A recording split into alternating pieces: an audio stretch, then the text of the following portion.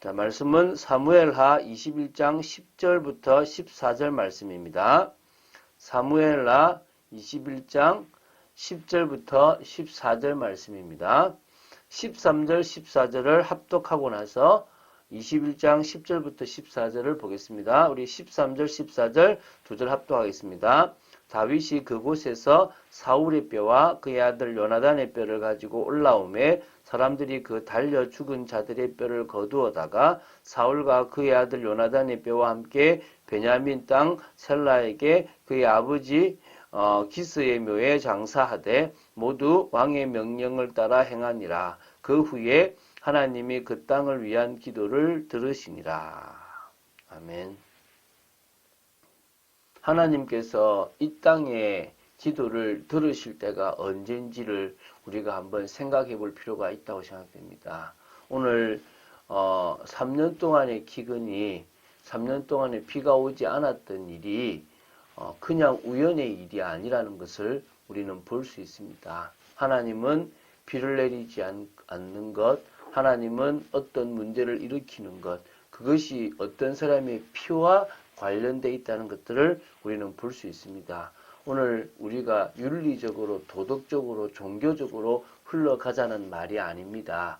중요한 것은 우리가 복음 가지고 있기 때문에 구원을 받았고 우리가 구약과 다른 신약의 믿음으로 구원을 받았습니다. 그러나 구약과 신약에 동일하게 흘러가는 윤리적인 측면이 있다는 것입니다. 하나님의 공의적인 측면이 있다는 것입니다. 그것을 우리는 무시하고 살아갈 수 없고 오히려 복음 가진 우리의 삶이 바뀌어야 한다는 것입니다. 그 부분이 오늘 말씀을 듣는 가운데 이해되어지고 깨달아지는 축복이 있게 되기를 바랍니다.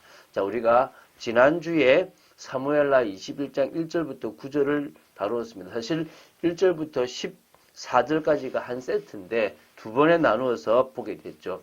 다윗 시대에 임한 3년간의 기근과 그 원인을 해결하기 위해서 기브온 사람들의 요구대로 사울의 후손들을 처형한 사실입니다. 사울의 때에 있었던 그 기근이 언제요? 다윗의 시대에 사울 왕 때 있었던 그 사건이 다윗 시대의 기근으로 있었다는 것입니다. 다 연결되어 있다는 것들을 좀 기억해 볼 필요가 있겠죠. 자, 10절부터 14절 오늘 보게 될 것은 이때 처형된 사울의 후손들을 위한 리스바라는 사람의 그 정성과 그 정성에 감동한 다윗이 사울 왕가의 죽은 자들을 이 사울의 뼈와 요나단의 뼈와 같이 다 모아서 장사 지내도록 배려해 준 사실이 나옵니다. 그리고 그 후부터 하나님께서 그 땅을 위한 기도를 들으셨다라는 고백이 나옵니다. 그런 말씀이 나옵니다. 자, 리스바는 사울의 첩입니다. 그죠? 기브온 사람들에게 내준 7명의 사람들 중에 2명이 이 리스바라는 사울의 첩의 아들들입니다. 리스바는 처형당한 사울의 후손들의 시신을 밤낮으로 지키되 그들이 처형당할 때인 곡식배기 시작할 때부터 하늘에서 비가 내리는 하나님이 비를 내리시기 시작한 그때까지 그렇게 하였다고 이렇게 나옵니다. 그래서 그 기간이 상당히 오랜 시간이었다라고 나오는데요. 그 정성을 보고 다윗이 자비를, 그것도 사울 가문의 자비를 베풀어 줬다라고 이렇게 나오는 겁니다.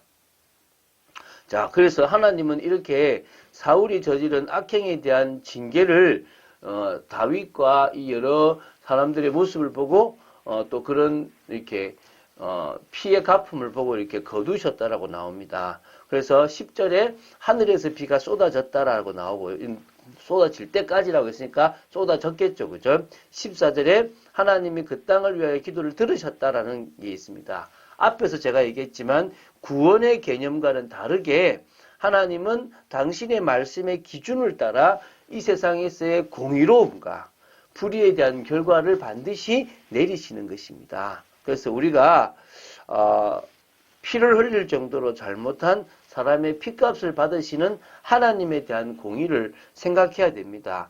또 잘못한 경우에는 그 땅의 기도를 듣지 않으시는 하나님의 모습도 우리는 알아야 된다는 것입니다. 자, 그 관점에서 짧게 길지 않은 내용이니까 우리가 혹시 여러분 화가 나는 일이 있더라도 복음 안에서 풀어가시기 바라고 악한 것을 선으로 갚을 수 있는 것이 가장 복이라는 사실을 기억하시기 바랍니다.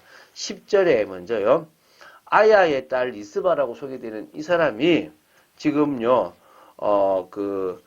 목 매달아 죽은 사람들 중에서 다시 자신의 두 아들도 있었지만 그것에는 되게 가슴이 아팠을 거 아닙니까? 그러나 그 아들을 애곡하기 위해서 이곳에 온 것이 아니라 그 시신의 그 부패나 그 시신의 훼손을 보호하기 위해서 이곳에 왔다는 겁니다. 왜냐하면 굵은 배를 가져와서 입은 게 아니라 바위에 펴고 이제 곡식배기를 시작할 때부터 하늘에서 비가 시체 쏟아지기까지 낮에와 밤에 공중의 새와 들짐승이 범하지 못하도록 지켰다는 것입니다. 이게 바로 누가 한 일입니까? 리스바가 했던 일인 겁니다. 왜냐하면 시체가 매정되지 못하고 새나 들짐승에게 뜯기우는 것을 히브리인들은 큰 수치로 생각해 왔다는 것입니다. 그 여인은 갑작스럽게 처형당한 자식과 혈족이 죽어서 그러한 수치를 당하는 것만큼은 막고자 했다고 보시면 됩니다. 자, 그래서 이게 꽤 긴 시간입니다. 비가 쏟아질 때까지였으니까 꽤 긴 시간이라고 보시면 됩니다. 11절, 12절입니다. 그런데 이 리스바의 행적이 다윗에게 알려졌고 다윗은 그 리스바의 모습 했던 일에 대해서 감동을 받은 겁니다. 그래서 다윗이 리스바의 일 행한 때문에 친히 사울 가문을 위한 일을 하게 되는데요. 신하들에게 가서 이 일을 해와라 해도 되는데 자신이 친히 길르앗 야벳으로 가서요. 사울의 뼈와 요나단의 뼈를 가지고 옵니다. 사실 사울 왕과 요나단은 비참한 죽음, 특히 사울 왕은 비참하게 이 블레셋 사람들의 뱃산글이 매달렸잖아요.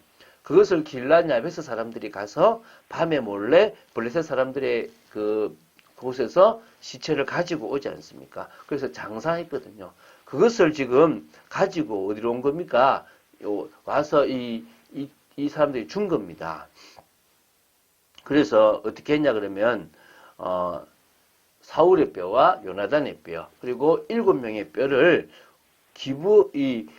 다 거두어서 사울의 아버지 기스의 묘, 또 셀라 쪽이죠. 셀라에 있는 기스의 묘에 장사를 하게 되었다는 것입니다. 자, 뭐 별 내용이 없습니다. 그런데 하나님이 그 상황들이 정리가 되니까 다윗의 모습을 보고가 아닙니다.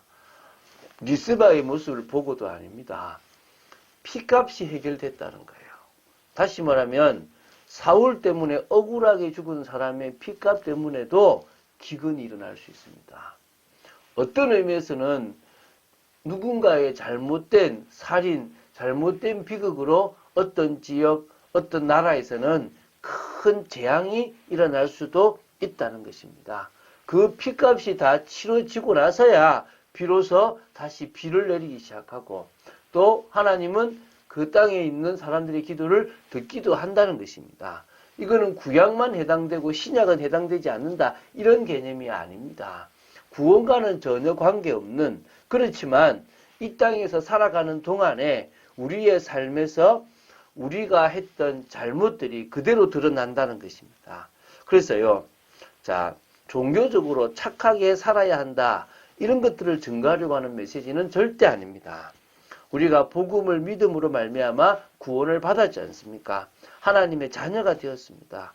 이제는 우리가 우리 힘으로 착하게 살려고 노력하는 것이 아니라 성령의 은혜로 말미암아 하나님이 원하시는 삶을 살아가지게 되기를 바라는 것입니다.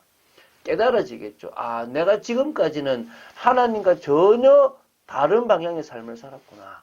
아, 지금까지는 내가 내게 유익된 방향을 살았구나. 말은 세계복음 한다 그러고 말은 전도한다고 그러는데 결국 알고 보니까 나를 위한 삶을 살았고 남에게 피해가 되는 삶을 살았구나.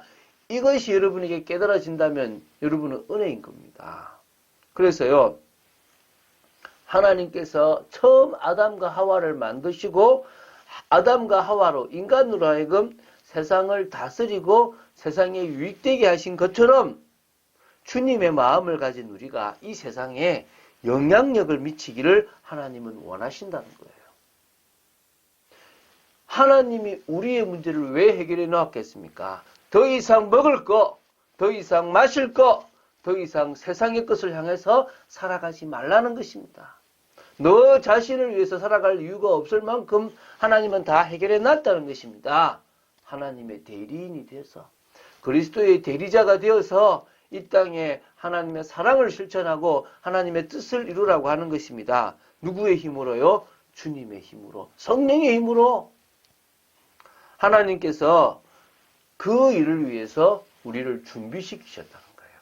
하나님께서 이스라엘이라는 민족을 보호하시고 그들의 고통과 그들의 기도를 들으셨기 때문에 누구를 준비하셨습니까? 모세를 준비하셨습니다. 그것도 어느 시대에? 위기의 시대에. 사내 아이가 태어나면 다 죽여버리는 그 시대에, 나일강에 던져버리는 그 시대에 하나님은 모세를 태어나게 하셨고 석 달 동안 숨겨진 그가 누구의 아들이 되었습니까? 바로의 공주의 아들이 되어서 가장 이스라엘을 핍박했던 핵심 세력의 아들로서 자라서 그곳에서 애굽의 모든 것들을 이해하고 애굽에서 이스라엘을 어디로요? 가나안으로 건져내는 인물이 되었다는 것입니다. 우리를 하나님께서 창세전부터 준비하셨고요.